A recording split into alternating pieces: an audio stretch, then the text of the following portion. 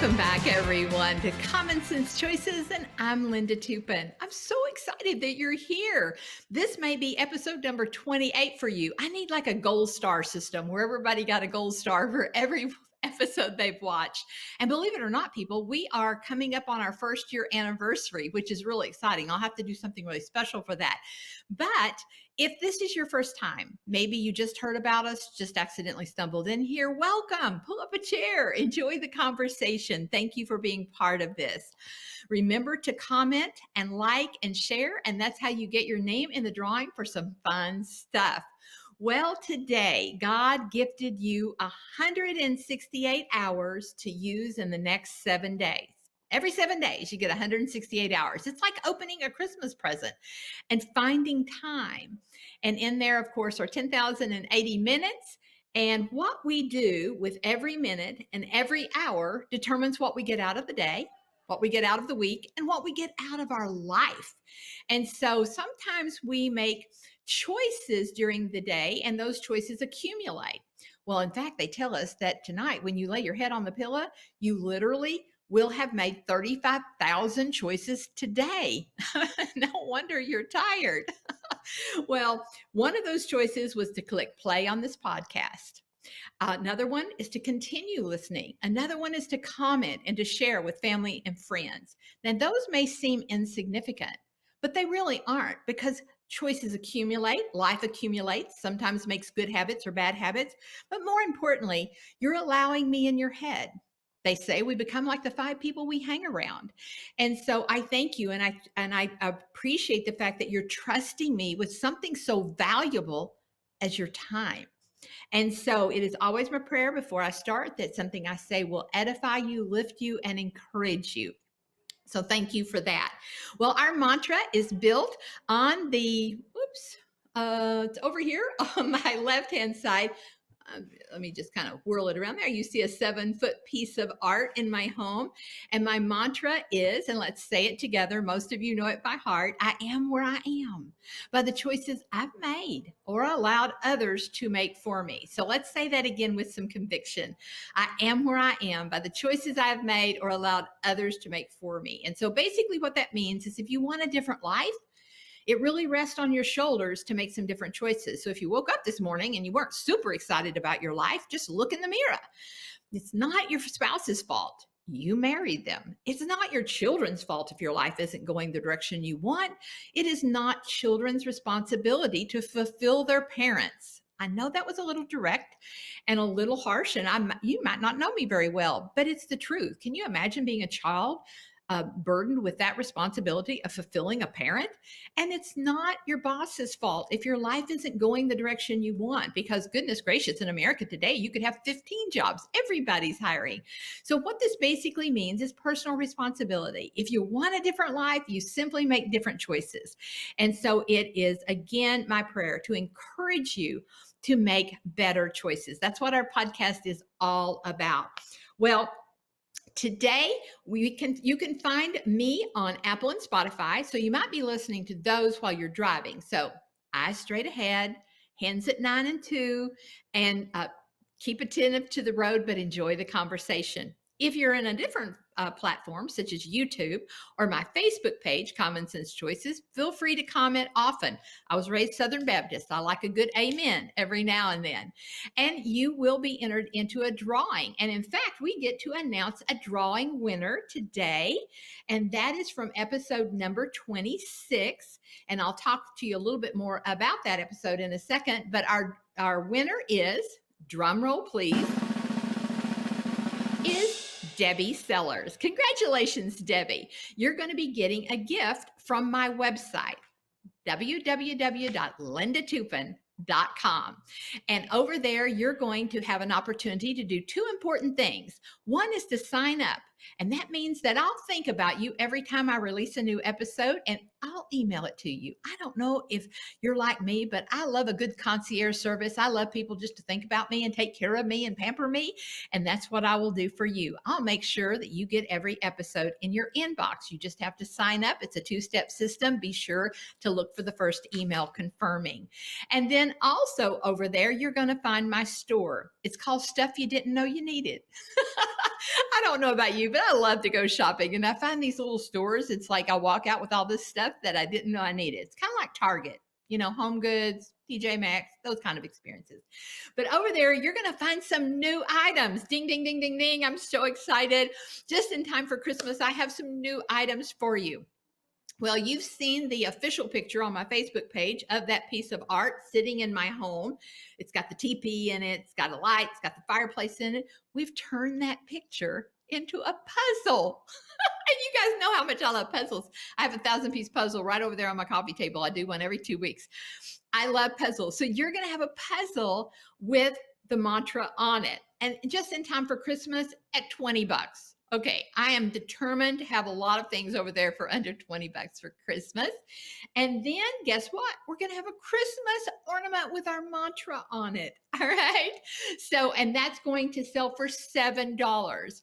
Now, in addition, over at the store, you're going to find magnets for $5 with the mantra on it. So I want to remind you of the mantra constantly. So look on your refrigerator. Do you have a magnet? If not, you need one.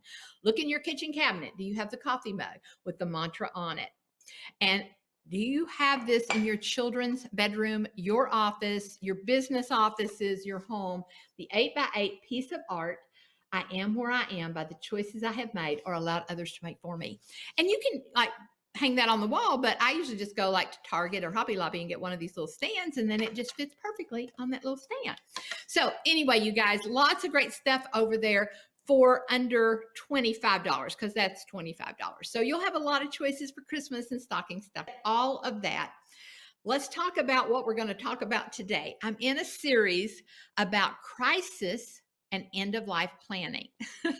Now, when I told my son that I was going to do a series on this fall, he goes, "Mom, how are you going to put a positive spin on that?" But you know what? It's been incredibly positive. And our very first guest speaker about 2 weeks ago was Katie Fennell. And Katie lives here in Lexington. She is an attorney, an elder care attorney. She was incredible, you guys. Go back to episode, I think it's 26.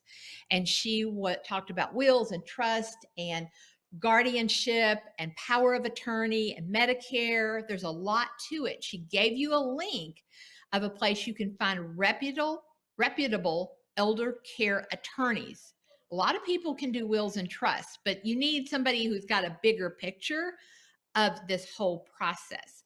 And then our last episode, which would have been episode number 27, you met Rachel Bullock and Jennifer Mullins. These are two real stories of real people I know. One, her father was tragically murdered, and he had made no will, no provisions, and just what nightmare Jennifer had to live through while she was dealing with tragedy and grief. She also had to deal with the nightmare of someone who hadn't planned. And she said, "It's worth the transparency, Linda, if I can just help one person avoid that for the people they love the most." And then Rachel Bullock, her mother has been diagnosed with ALS, and she went into all the incredible steps her mother is taking to preserve her legacy, but also to plan, her passing. And what a blessing that will be to that family. And so, guys, we take such good care of people as mothers and grandmothers and grandfathers, and we take great care of people, but we forget this important piece that you can either make your passing easy or you can make it really hard. And that will be the last memory people have of you is your passing, and whether it was easy or hard on their life afterwards. So today, you're going to meet someone very special to me. And I'm pretty sure she's almost tied Dr. Edwards and how many times that she's been on here, because she's my personal friend. But she's a very wise person. And I love to hang out with smart people. And she's one of those people. So let me tell you about her before we bring her on screen. Her name is Goff Brummett. I know her as Goff Brummett, and I've known her for 30 years. She has been my friend for a long time. And she just a few years ago retired as a national sales director with Mary Kay Incorporated. And now she works as a part-time family care coordinator at a funeral home. And obviously that's what we're going to talk about today. She teaches Bible studies with junior and senior and college age young women. Oh, I would love to be part of that. She speaks and trains on the horrors of sex trafficking in our world today. And all of her free time is spent watching a whole bunch of grandkids play sports. It's a full-time job, isn't it? She is married to Pete, who we all love, and has 3 daughters and 8 grandchildren. 8 grandchildren. Would you please welcome to the screen my good friend, Kathy Brummett? Well, welcome, Kathy. Thank you. I'm excited to be here. Well, you sound crisp and clear this morning in Oxford, Mississippi. How are things down there today? Wonderful. It's absolutely beautiful. I'm sitting here looking outside at all the gorgeous colors and loving fall. I know we've had a gorgeous summer here in Lexington, Kentucky, and a picture perfect fall. I can't complain, but we did have a morning with a few snow flurries, which was a little Oh, wow. concerning to me. Oh, Yeah, wow. I know. I Well, hope we see some. yeah, you all don't get snow in Oxford, do Not you? much. Not very much. When we do, it doesn't stay around very long, which that's probably okay. That's probably okay too. Yeah. Well, today is an interesting day for us. First of all, I think this is your third episode. You're tied with Dr. Edwards. So that tells everybody how special you are to me because you're very wise. And, you took off in a direction after retirement into an area that I know nothing about, Kathy. And that is planning a funeral, what's involved with the funeral, all of that kind of stuff. Because here I sit, almost 70 years old, and I've never had to plan a funeral. Like I've been to a bunch of funerals, but I've never had to plan one. And I guess that's a real blessing.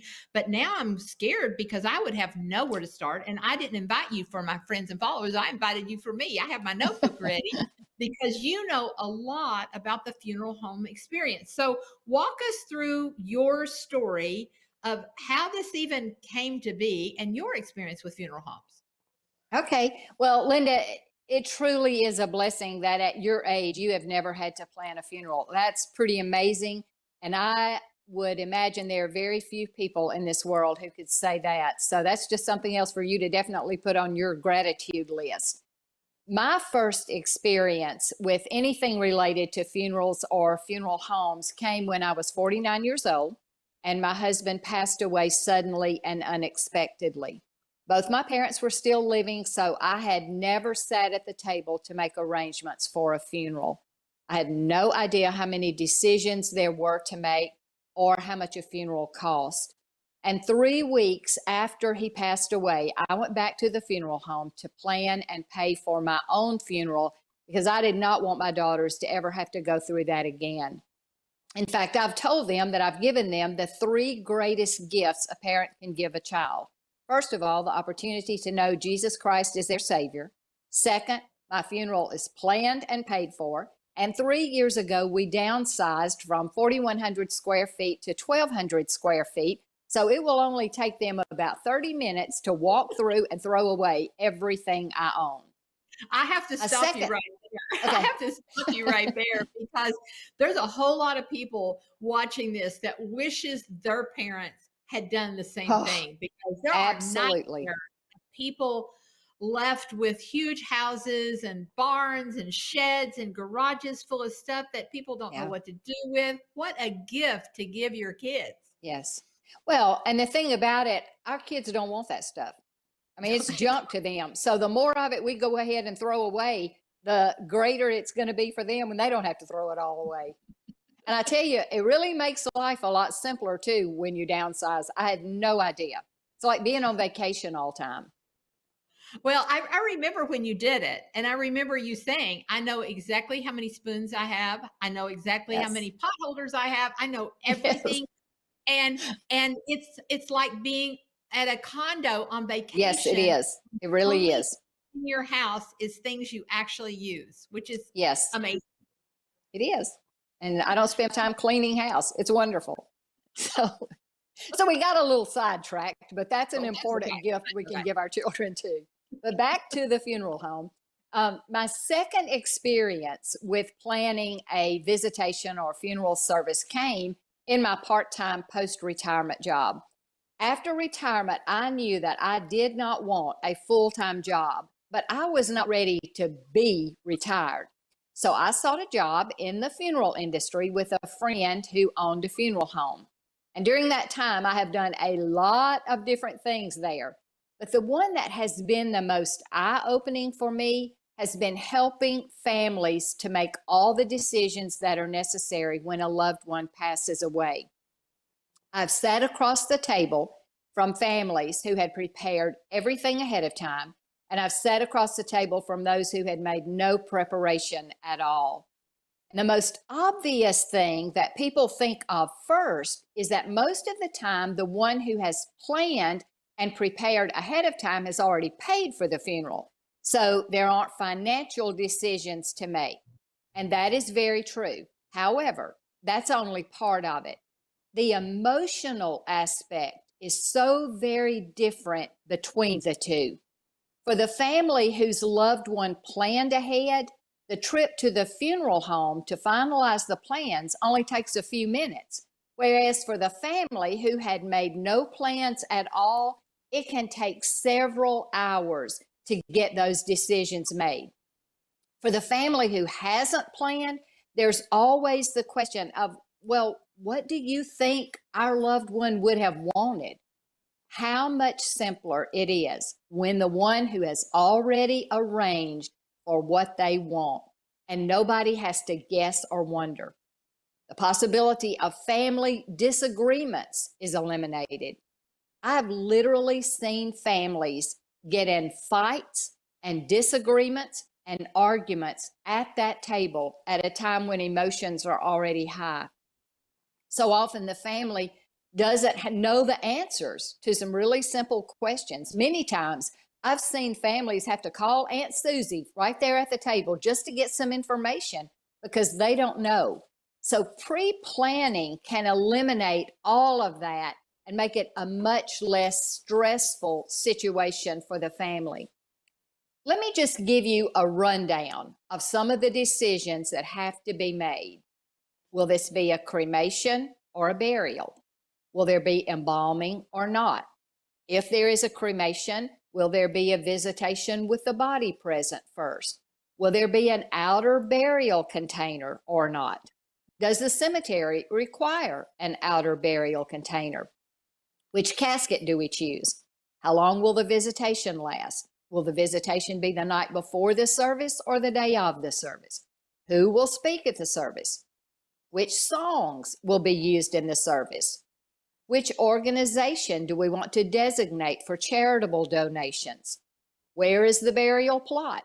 Or how and where will the family dispose of cremains if they decide on cremation? Will the cremains be divided among family members? What will the cremains be placed in? What do we include in the obituary? Who will write the obituary? Will there be a graveside committal service? Will there be any military detail? What clothes will they be buried in? Will any jewelry be left on the deceased and buried with them? Does the family have someone in mind for cosmetology and hair? Are there any particular scriptures or poems or songs? Will there a memorial marker need to be selected? Who will be the pallbearers? How many copies of death certificates will be needed? What items will be brought to the service for memento displays? Will there be a video? If so, which pictures will be used in the video? Which newspapers will notices be published in? I bet, Linda, that's a list of things you've probably never thought about before.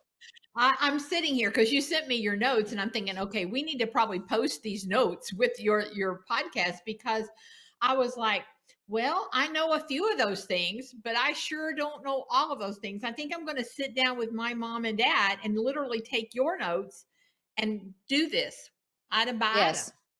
Yes. And just for the sake of your listeners, I'm assuming this is probably true of all funeral homes, certainly most of them. You can actually go to the funeral home and they will give you a little booklet that you can take home and fill out with your parents. And that would be even better than taking my list, because it's much more comprehensive with things that we'll need. So I'd go to the funeral home and ask for a little booklet that can be filled out, one for each of your parents, one for yourself, everybody in your family that's important to you.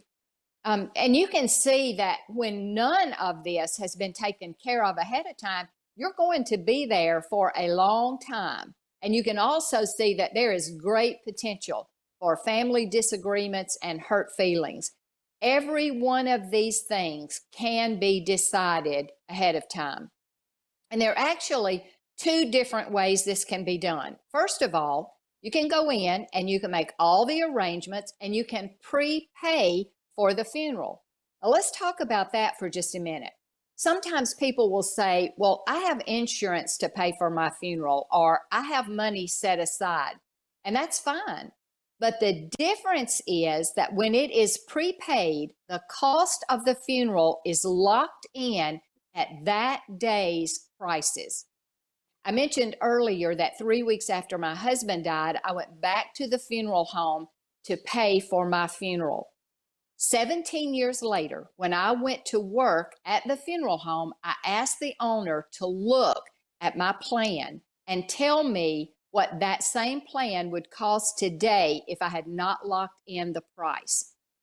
It would have been $7,000 more. And that was about 5 years ago when he checked that. So here's the deal. In no way would any investment or savings have paid me $7,000 on that small of an investment. $7,000 of the inheritance that I will leave them. That's the biggest advantage of prepaying. The cost of the funeral is locked in, and the cost of everything will continue to go up. But the impact of inflation is completely eliminated. Wow. The other, Okay, let me stop you right there. I don't even have, I mean, I feel really ignorant today. And ignorant is not a bad word. It means I'm uninformed. Like, I don't even have a clue how much a funeral even cost. Well, and that depends on the way you answer a lot of those questions that I gave you in the first. Whether it's just a direct cremation with absolutely no service or nothing done for the family, or whether you're looking at a complete burial with casket, everything, visitation, and all of that. So literally, it could start probably $3,000 to $4,000, but there's no limit on the other end, depending on how much a family chooses to spend on things like a casket.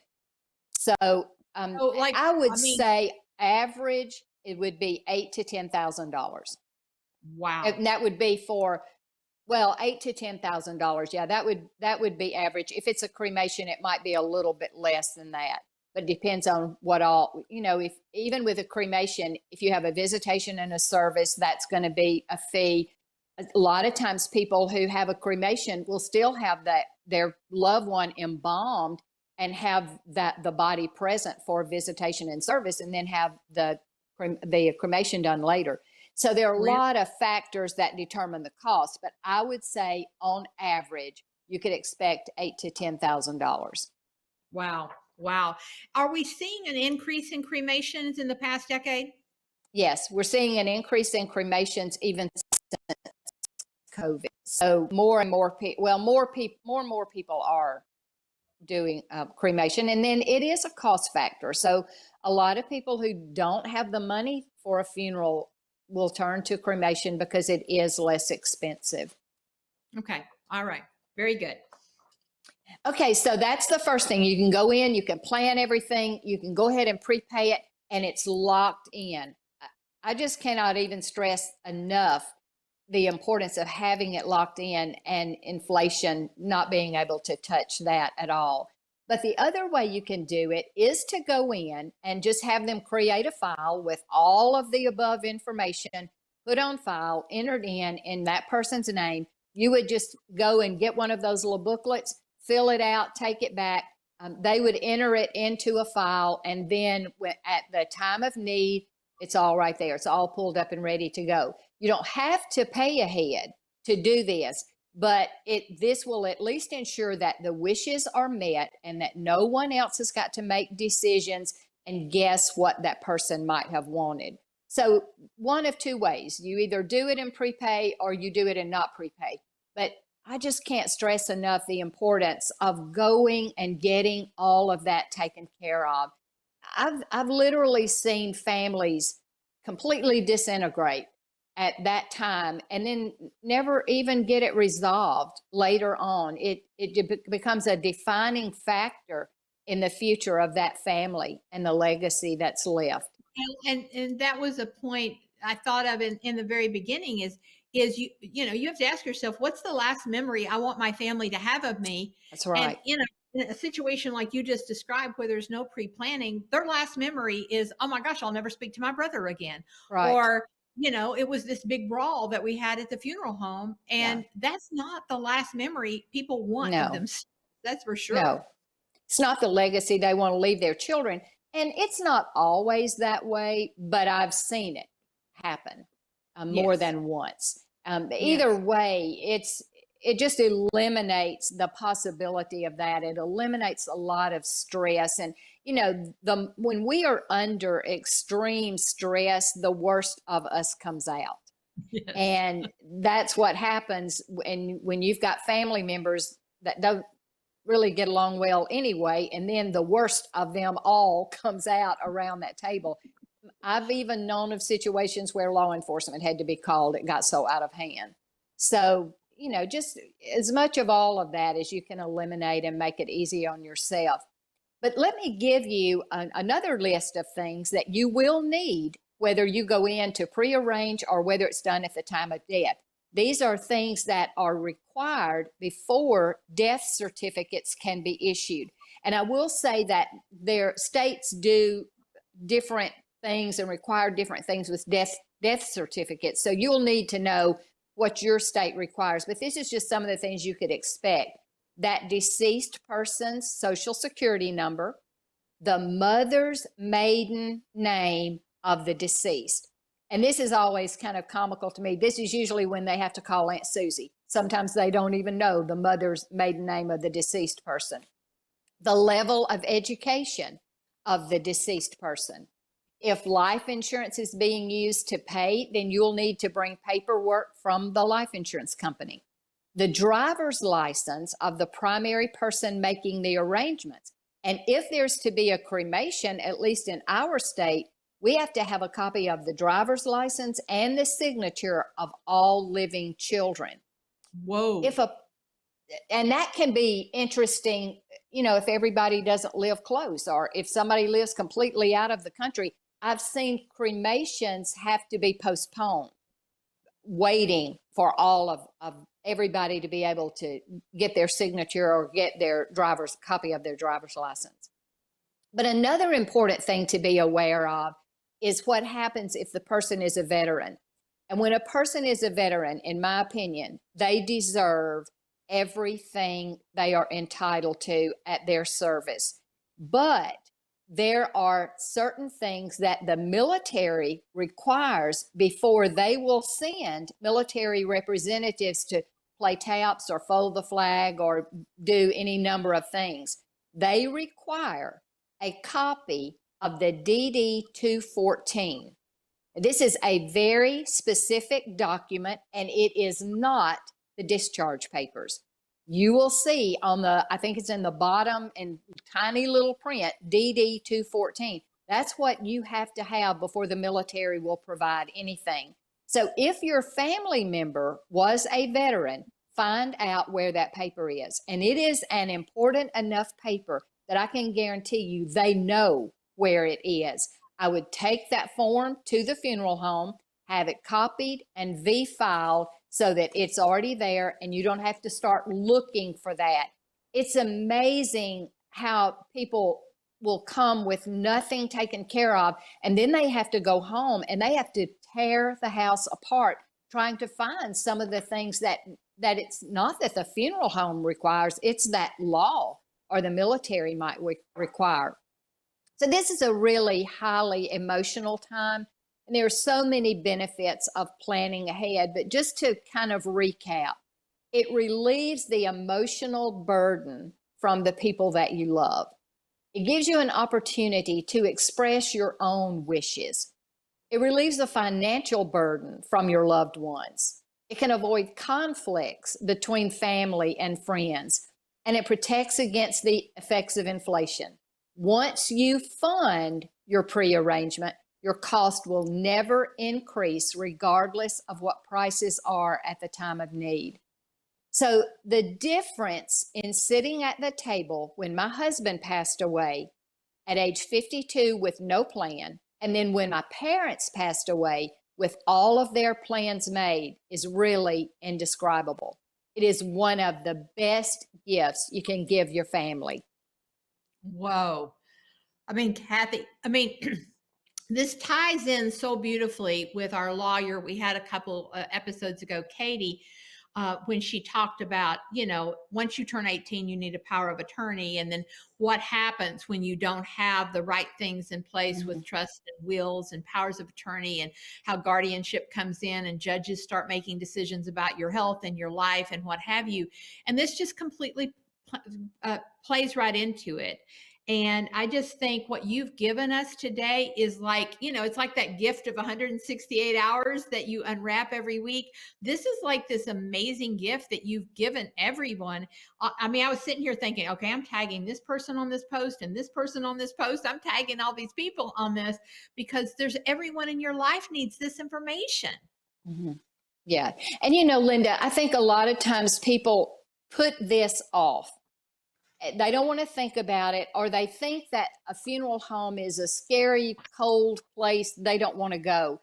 But I believe that most funeral homes, and there are always exceptions, I believe that most funeral homes you will find to be the most warm, caring people who have a huge desire to make this process as simple and easy for you as they possibly can. You will find them to be extremely loving, caring people. Wow. Well, Kathy, again, and just going to the funeral home and getting the booklet. Just go get the booklet. That was like, I didn't know there was a booklet. I didn't know that you could go get the booklet. I'm going to go get the booklet. Yeah. Get a whole handful of them. You need one for everybody that you care about. I'm going to start passing them out to everybody. that everybody I know. But this has been such an incredible blessing. Kathy, you are such a wise person. I'm thinking, okay, now what can we have Kathy back on to talk about next? Oh, thank you, Linda. You are very kind. And I love you, my friend. And I'm so thankful that one of the choices I made was to befriend Linda Toupin. And I remember that quite well. That's a story for a different day, but it was a turning point in my life, and that is for sure. For me, for certain. Well, everyone, thank you so much for joining us here on Common Sense Choices. This has been an incredible series, and we're literally going to wrap it up at the end of November with a friend of mine, Priscilla McPheeters. She has the most amazing Facebook page, and she is a master at traditions. Literally at how she preserves her family traditions and her heritage, and how she has all these amazing stories of her family that you can, it was like, oh my gosh, everyone needs to just study her Facebook page. But she's going to come on and talk about the value of knowing your family's life stories. And, Kathy mentioned that some people literally don't even know their mother's maiden name. That like terrified me, Kathy, when you said that. But I was like, how can we we have ancestry.com and they're making a fortune because you don't know your mother's maiden name. But the bigger point is it's more than just knowing from whence you came. It's the stories that will live through you. And Priscilla does that so beautifully. And I wanted her on here to talk about that rich heritage. And, you may say, well, nobody in my family ever wrote those things down. Well, it only takes one person to change the direction of an entire family's history. And that person could be you. You could be the person that starts off. And so that's where we're going with our next episode. But again, thank you for being part of Common Sense Choices. Be sure to comment and share, and your name will be entered into a drawing. Thank you all so much, and have a wonderful week.